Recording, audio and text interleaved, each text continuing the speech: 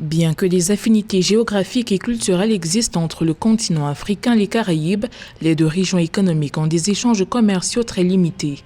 Publié en 2022, le rapport du Centre de commerce international Expanding African and Caribbean Trade indiquait que l'absence d'accords commerciaux véritables entre les pays africains et ceux des Caraïbes, ainsi que le manque d'investissement dans les secteurs à forte potentialité, constituent les principales barrières au développement des échanges de biens et de services. Le rapport indique en effet que les exportations africaines vers les Caraïbes ne représentent même pas 0,1% des exportations totales du continent.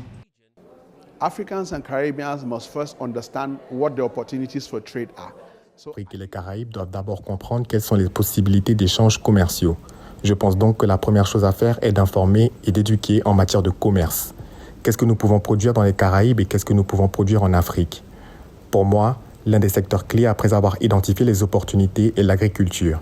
Puis viennent les secteurs du tourisme, de la logistique et du transport. Hospitality.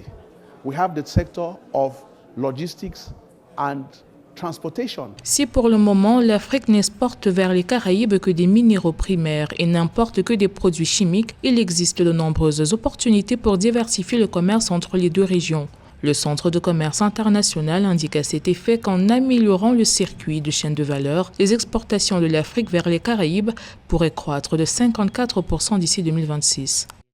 Si vous prenez le secteur agricole, où nous avons des produits de base comme le cacao ou le café, qui sont largement produits dans la ceinture équatoriale au Nigeria, au Cameroun ou au Ghana par exemple.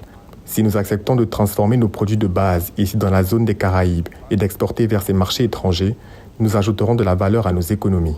La pandémie du Covid-19 a été le facteur qui a encouragé les États africains à repenser les actions de coopération et de développement sur le continent. Aide publique au développement, zone de libre-échange, chaîne de valeur, maîtrise des ressources naturelles. Pour René Awambeng, les enjeux sont colossaux pour les deux régions et nécessitent des investissements qui vont participer à la consolidation des liens entre ces deux régions.